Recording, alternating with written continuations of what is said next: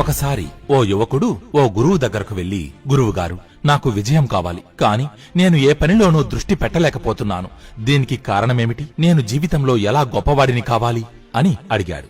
దానికి ఆ గురువు ఏమీ మాట్లాడకుండా ఒక గిన్నెతో నీళ్లు తీసుకువచ్చి, దీనిలో నీ ముఖం చూడు అని అన్నాడు. ఆ యువకుడు అలాగే చూడడానికి ప్రయత్నించగా అందులోని నీళ్లు కదులుతూ ఉండడంతో అతడికి ఏమీ కనిపించలేదు. అప్పుడు గురువు, నీ మనసు కూడా ఈ నీళ్లలాగే కదులుతూ ఉంది, దాన్ని శాంతపరచు, అప్పుడు నీ లక్ష్యం స్పష్టంగా కనిపిస్తుంది అని అన్నాడు. అప్పటి నుండి ఆ యువకుడు తన మనసుని నియంత్రించడం నేర్చుకుని జీవితంలో గొప్ప విజయం సాధించాడు. మిత్రమా, మనం ఈరోజు ఒక అద్భుతమైన విషయం గురించి మాట్లాడుకుందాం. ప్రతి మనిషి విజయం సాధించడానికి అది చాలా అవసరం. అది ఇంకేమిటో కాదు, అదే ఏకాగ్రత. దీనినే ఇంగ్లీష్లో కాన్సంట్రేషన్ అని కూడా అంటారు. మనం చేసే పని ఎంత త్వరగా పూర్తవుతుంది, ఎంత బాగా వస్తుంది అన్నది మనం ఆ పనిని ఎంత ఏకాగ్రతతో చేస్తున్నాం అన్నదాని మీదే ఆధారపడి ఉంటుంది. మీరు ఎప్పుడైనా ఆలోచించారా, ఒక చిన్న విత్తనం నుంచి ఒక మహావృక్షం ఎలా పెరుగుతుంది అని? ఒక చిన్న ఐడియా నుంచి ఒక గొప్ప వ్యాపారం ఎలా పుడుతుందని? దాని వెనుక ఉన్న రహస్యమే ఏకాగ్రత, కాన్సంట్రేషన్.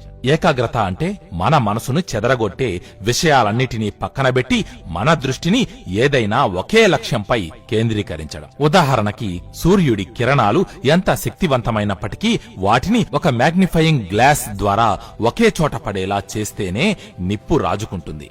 అలాగే మన మనసును ఏదైనా ఒక విషయం మీదకే సారించి కష్టపడితే అద్భుతాలు జరుగుతాయి.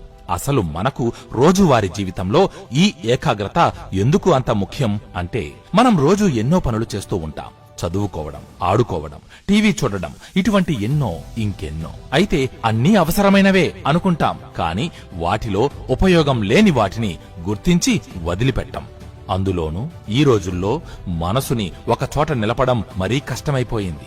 ఫోన్ ఒక వ్యసనమైతే సోషల్ మీడియా, అందులో నుంచి వచ్చే నోటిఫికేషన్స్ మన దృష్టిని చెదరగొట్టే చొర కత్తుల్లా తయారయ్యాయి. ఈ బంధనాల నుంచి బయటపడడం ఒక సాధారణ మనిషికి చాలా కష్టం. అందరికీ ఉంటాయి గొప్ప గొప్ప ఆలోచనలు, కలలు, కానీ వాటి గురించి ప్రయత్నం చెయ్యకుండా ఈ డిస్ట్రాక్షన్స్ ఇంకా ప్రొక్రాస్టినేషన్ అనే మానసిక సంఖ్యలు మనల్ని అడ్డుకుంటాయి. వీటి నుండి బయటపడిన నాడే మనిషి తన మనస్సుని జయించినప్పుడే తన లక్ష్యాలను చేరుకుంటాడు, విజయ సోపానాలను అందుకుంటాడు. ఒక్కసారి ఆలోచించండి, మీరు ఒక పరీక్షకు ప్రిపేర్ అవుతున్నప్పుడు 1 గంట పాటు ఎటువంటి ఆలోచనలు లేకుండా మీ ధ్యాస అంతా కేవలం ఆ పరీక్షకు ప్రిపేర్ అవ్వడంలోనే ఉంటే ఎంత బాగుంటుంది? లేదా కాలేజీకి సంబంధించి గాని, ఆఫీస్కి సంబంధించినది గాని ఏదైనా ప్రాజెక్ట్ వర్క్ చేస్తున్నప్పుడు మీ దృష్టి అంతా ఆ పని మీదే పెట్టి పనిచేస్తూ ఉంటే అది ఎంత అద్భుతంగా పూర్తవుతుంది? ఊహిస్తేనే ఎంతో అద్భుతంగా ఉంది కదూ. కానీ ఈ ఏకాగ్రతను, కాన్సంట్రేషన్ ను మనం కొంచెం సాధన చెయ్యడం ద్వారా, మన జీవితంలో కొన్ని చిన్న చిన్న అలవాట్లను అలవర్చుకోవడం ద్వారా నిజంగా సాధించవచ్చు. అవేంటో ఇప్పుడు ఓసారి చూద్దాం.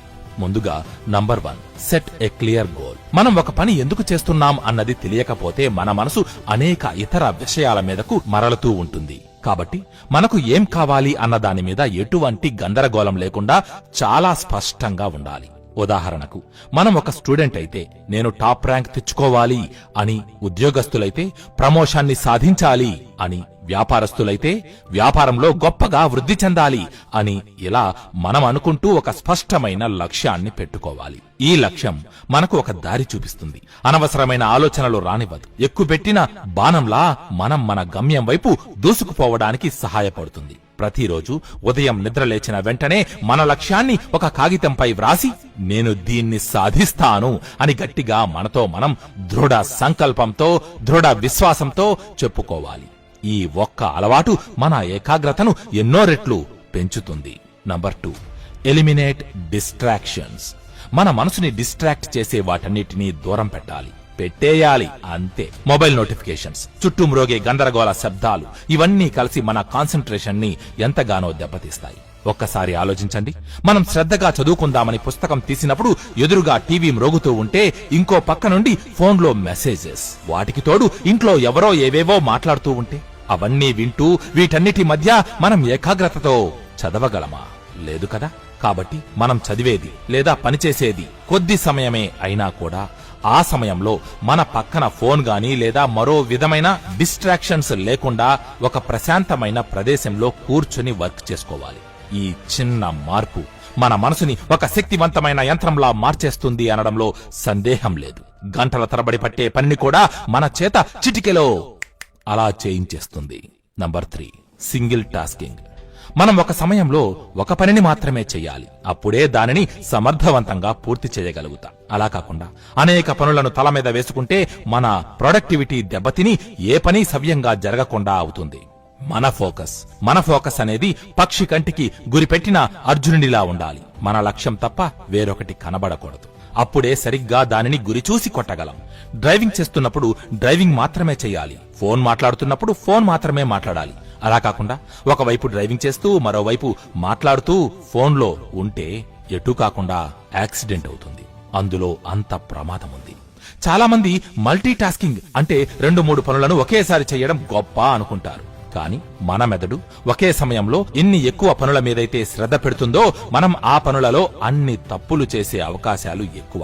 కాబట్టి మనం ఏం నిర్ణయించుకున్నామో ఆ ఒక్క పనిని మాత్రమే పూర్తి శ్రద్ధతో ఏకాగ్రతతో చెయ్యడం మనకు ఎక్కువ ఫలితాన్ని, గొప్ప ఫలితాన్ని ఇస్తుంది. Number 4, time blocking. రోజుని గంటలుగా విభజించుకొని లేదా ఒక టైం టేబుల్ ప్రిపేర్ చేసుకుని కాలాన్ని సద్వినియోగం చేసుకోవడం. ఉదాహరణకి ఉదయం 6 నుండి 7 వరకు ఎక్సర్సైజ్ చేస్తాను.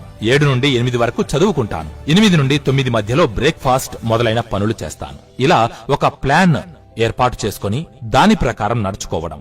మనం ఎప్పుడు ఏం చెయ్యాలి అని అనుకున్నామో ఆ పనులను మాత్రమే చెయ్యాలి. దీని ద్వారా సమయం వృధా అవ్వదు. అలాగే మనం చేస్తున్న పనుల మధ్యలో గ్యాప్ తీసుకుంటూ ఉండాలి.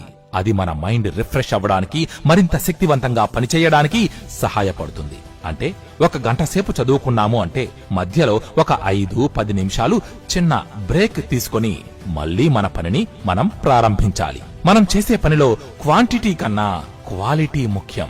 ఎదుటి వాళ్ళు 6 గంటలు చేసే పనిని మనం పూర్తి ఏకాగ్రతతో టెక్నిక్ తో చేస్తే 3 గంటల్లోనే అది పూర్తి చేయవచ్చు.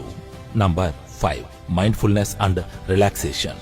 మన మనసుని శాంతపరచడం. మనసు అల్లకల్లోలంగా ఉంటే ఏకాగ్రత ఎలా కుదురుతుంది చెప్పండి? రోజులో కనీసం ఒక 10 నిమిషాలైనా మెడిటేషన్ చెయ్యాలి. ఒక ప్రశాంతమైన ప్రదేశంలో కూర్చొని శ్వాస మీద ధ్యాస పెట్టు. లోపలికి వెళ్లే గాలిని, బయటకు వచ్చే గాలిని మౌనంగా గమనించు. మెడిటేషన్ అనేది మన మెదడుకు ఇచ్చే వ్యాయామం. అనవసరమైన ఆలోచనలు దరిచేరకుండా ఉండడానికి చేసే సాధన ఇది. మనం పర్వతంలా స్థిరంగా, సముద్రంలా శాంతంగా ఉంటే ఎటువంటి డిస్ట్రాక్షన్స్ మనల్ని కదిలించలేవు. పనిచేస్తున్న సమయంలో మన దృష్టి కేవలం ఆ పని మీదే ఉండడానికి, ఫుల్ ఫోకస్ తో పనిచెయ్యడానికి, ఇంకా ప్రశాంతమైన జీవితానికి మెడిటేషన్ మనకు ఎంతగానో ఉపయోగపడుతుంది. మిత్రమా, ఇప్పుడు చెప్పుకున్న ఈ 5 టిప్స్ మన కాన్సంట్రేషన్ ని పెంచుకోవడానికి, ప్రొడక్టివ్ గా పనిచేయడానికి సహాయపడతాయి. మనలో ఉన్న శక్తి అపారమైనది. ఆ శక్తిని ఒకే దిశలో ప్రయోగిస్తే మనకు సాధ్యం కానిదంటూ ఏదీ ఉండదు. చదువులో టాపర్ కావాలన్నా, కెరీర్లో ఎదగాలన్నా, లేదా ఒక కలను నిజం చేసుకోవాలన్నా ఏకాగ్రత మనకు ఒక ఆయుధం లాంటిది. కాదు, ఒక అద్భుత ఆయుధం లాంటిది. ఈ రోజు నుంచే, నేటి నుంచే, ఈ క్షణం నుంచే చిన్న అడుగులు వెయ్యండి. ఒక పనిని ఎంచుకుని దానిపై పూర్తి శ్రద్ధ పెట్టండి. వచ్చే ఫలితం చూస్తే మీరే ఆశ్చర్యపోతారు. మిత్రమా, ఆఖరిగా ఒక్క మాట. జీవితం అనేది ఒక ప్రయాణం. ఆ ప్రయాణంలో ఎన్ని అడ్డంకులు వచ్చినా మీ ఏకాగ్రత మిమ్మల్ని ముందుకు నడిపిస్తుంది. మీ లక్ష్యాన్ని మర్చిపోకుండా, శక్తిని వృధా చేసుకోకుండా మీ మనసుని ఒక లేజర్ బీమ్ లా మార్చి ఒకే దిశ, ఒకే లక్ష్యం, ఒకే దృష్టిగా కష్టపడి పనిచేస్తే విజయం ఎక్కడికెళుతుంది? మీ సొంతం అవ్వకుండా. ఇది రాసిపెట్టుకో.